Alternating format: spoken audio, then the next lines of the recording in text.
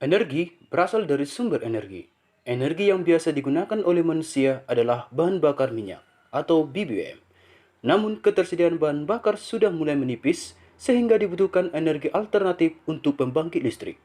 Inilah 4 energi alternatif pembangkit listrik yang ramah lingkungan.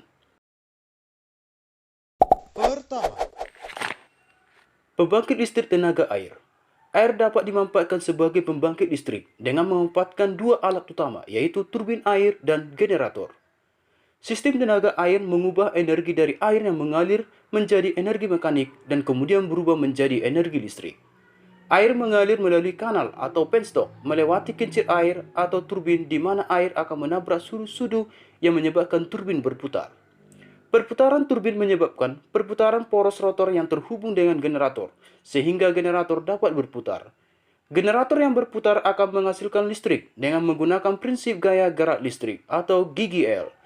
Semakin tinggi terjauhan air, maka semakin besar energi mekanik yang dihasilkan, dan semakin besar juga energi listrik yang dihasilkan, sehingga dapat digunakan oleh masyarakat.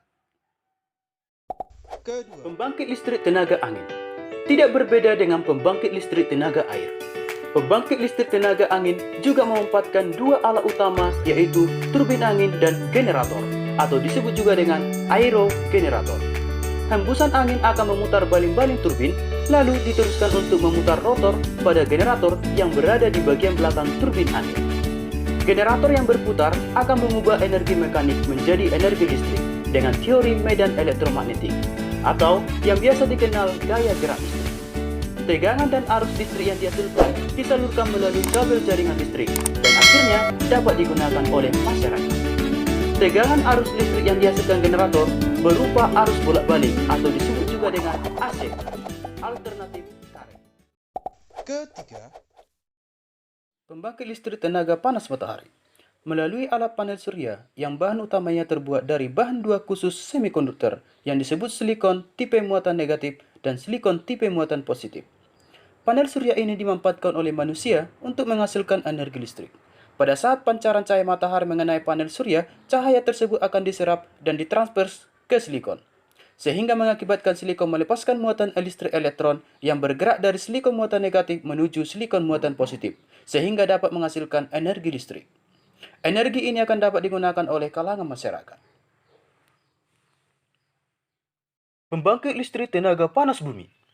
Untuk membangkitkan listrik dengan panas bumi, dilakukan dengan mengebor tanah di daerah yang memiliki potensial panas bumi.